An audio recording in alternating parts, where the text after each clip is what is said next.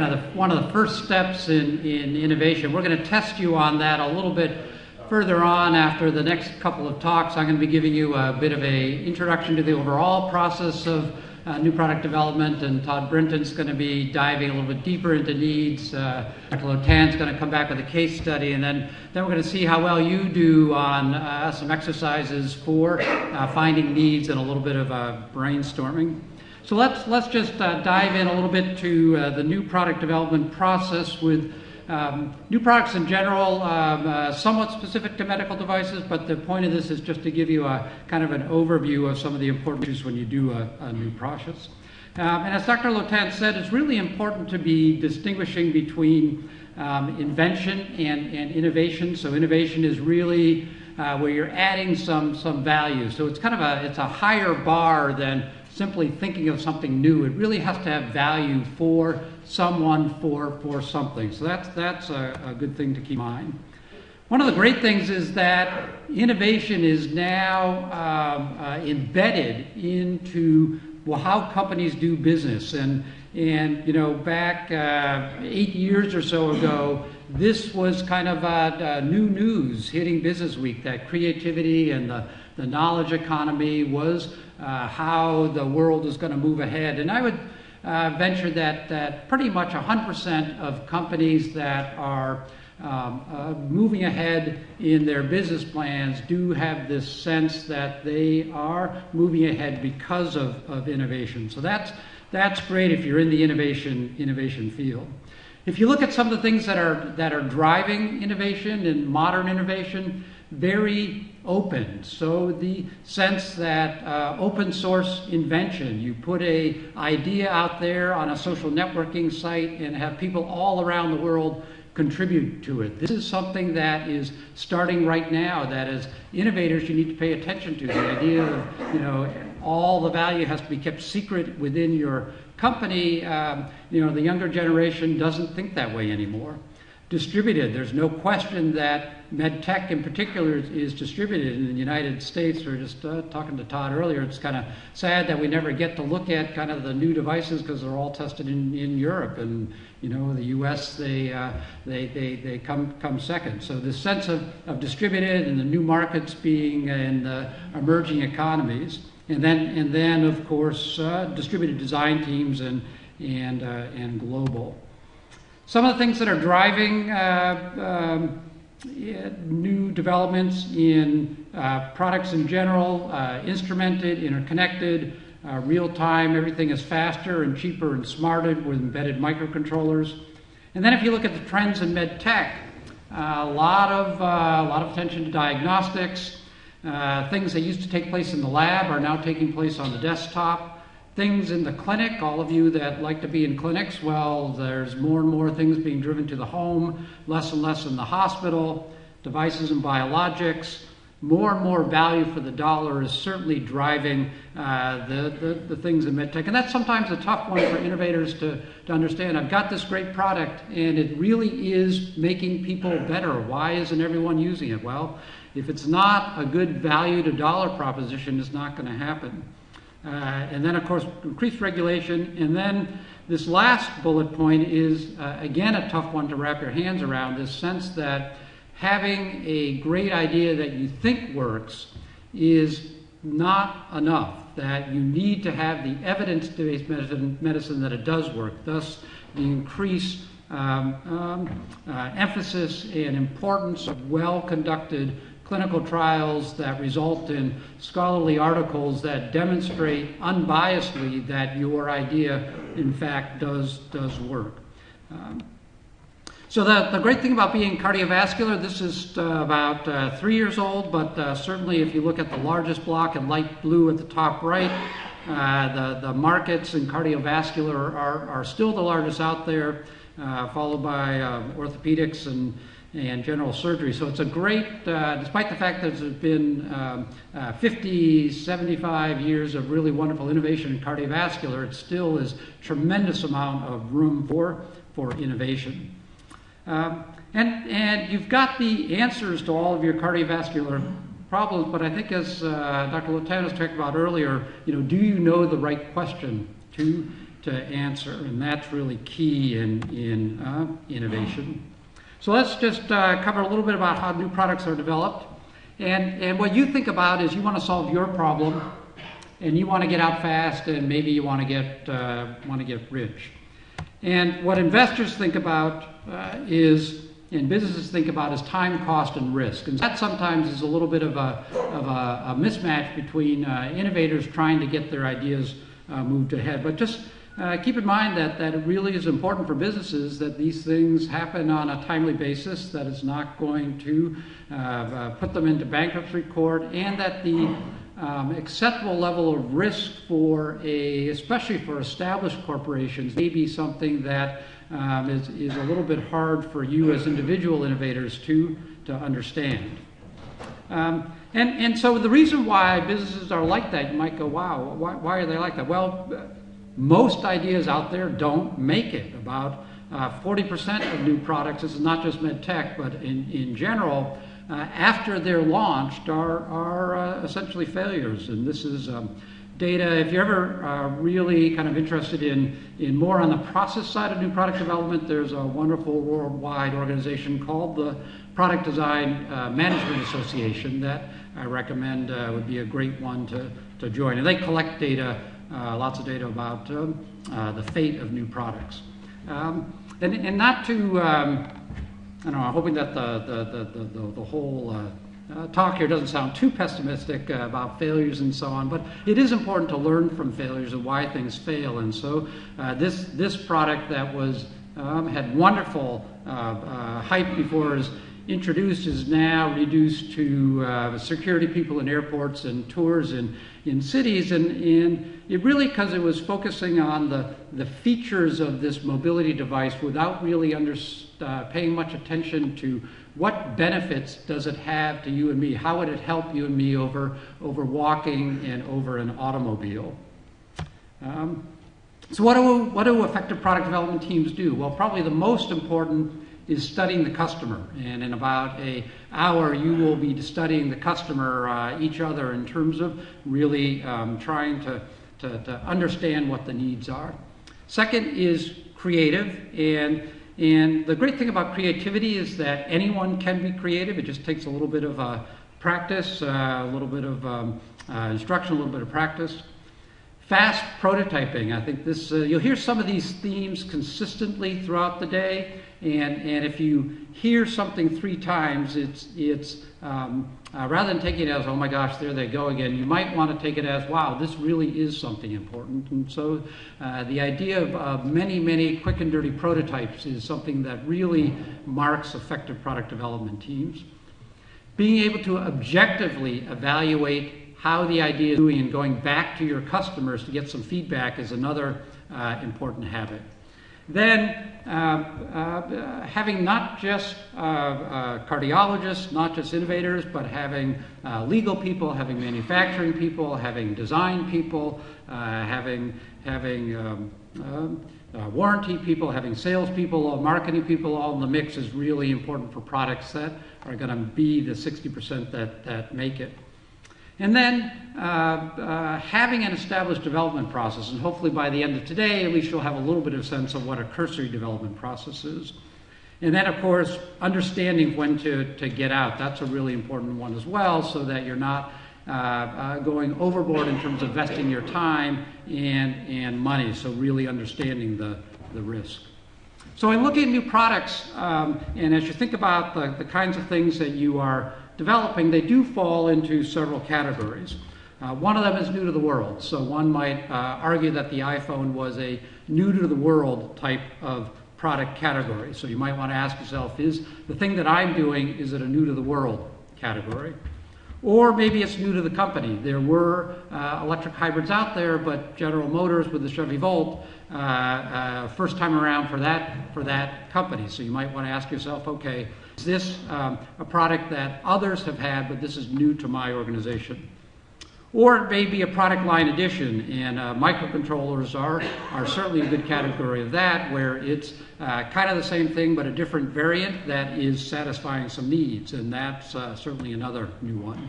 Or maybe it's an improvement, and that certainly is the case if you're in the food business where improvements are new and improved is certainly very important for new products. Or perhaps it might be a new application for an existing product, and this is one if your laptop lids, when they stay in the halfway position and don't fall down. So this was a company that came to a group at our university and said, well, we want some new applications for that. So we thought of putting that same application in outdoor grills with the heavy lids using their same technology. So new applications would be another type of category. You can also have market pull and technology push. So market-driven is where somebody wants it, and technology is where you've got something searching for an application. And the fax machine was an example from history of a technology push. And that's not something where any customer demanded it, yet it was a technology, and once it was out there, people understood it. The Post-it note was another example of a technology push product. So it is possible to have a good technology push product, but sometimes you need to put extra effort into having your customers understand how this new thing that they've never seen before can be used.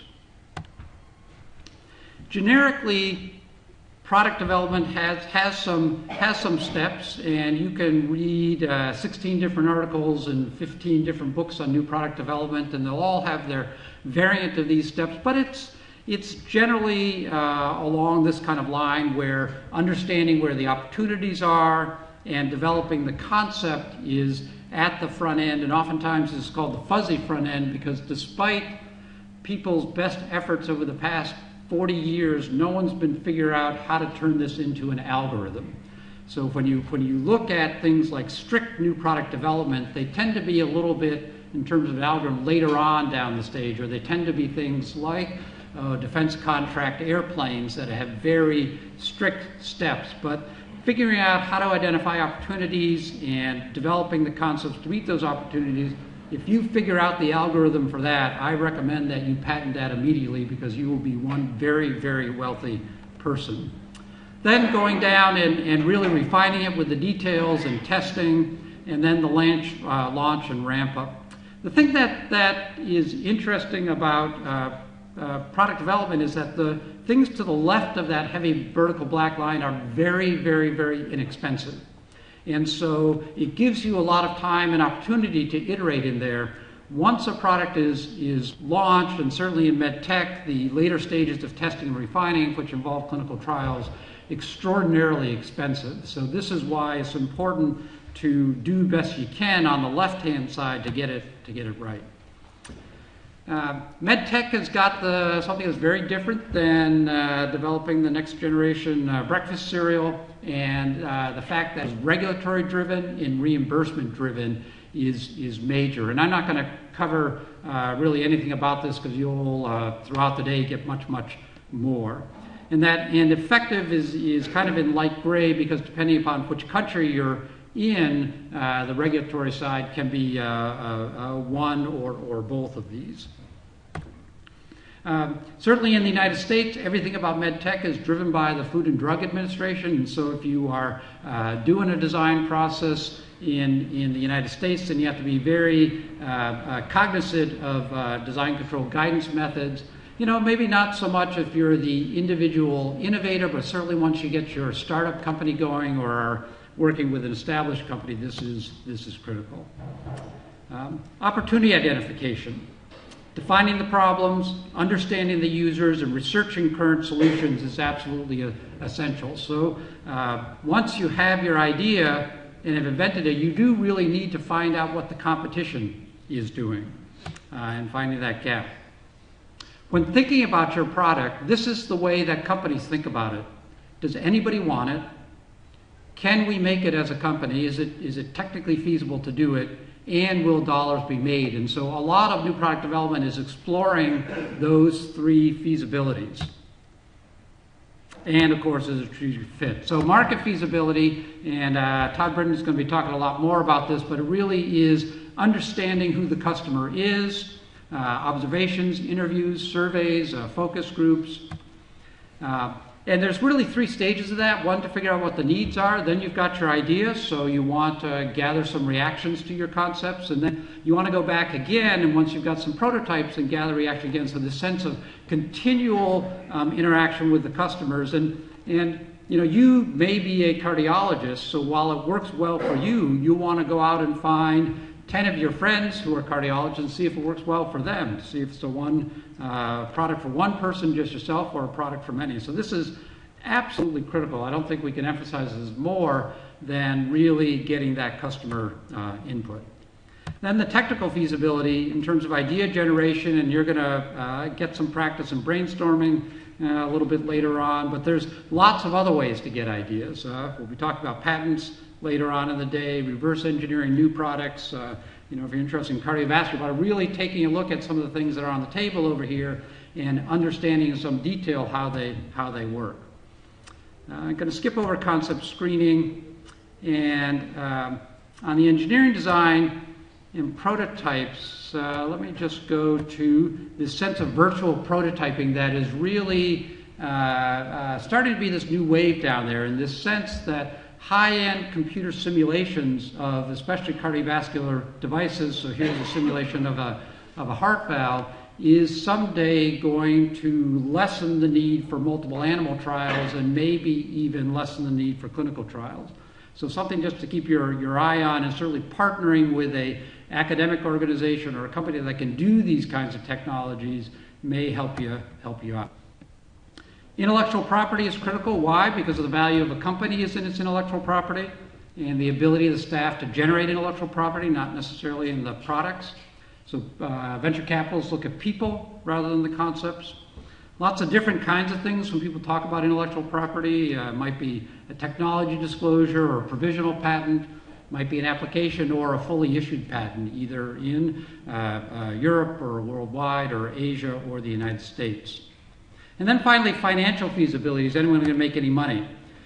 This is, plot is over time, is the adoption rate of consumer electronics. So something like the DVD player, which is about the third curve from the right, was one of the fastest penetration of products. But notice the very slow rise of adoption over many, many years. One tends in new products for med tech to have introduction rates that look like this. All of a sudden, the first year, we're going to sell a bazillion of them. So this is something that you want to always keep in mind, that it can take a very long time to adopt new products. So when thinking about this, just be very explicit with your assumptions.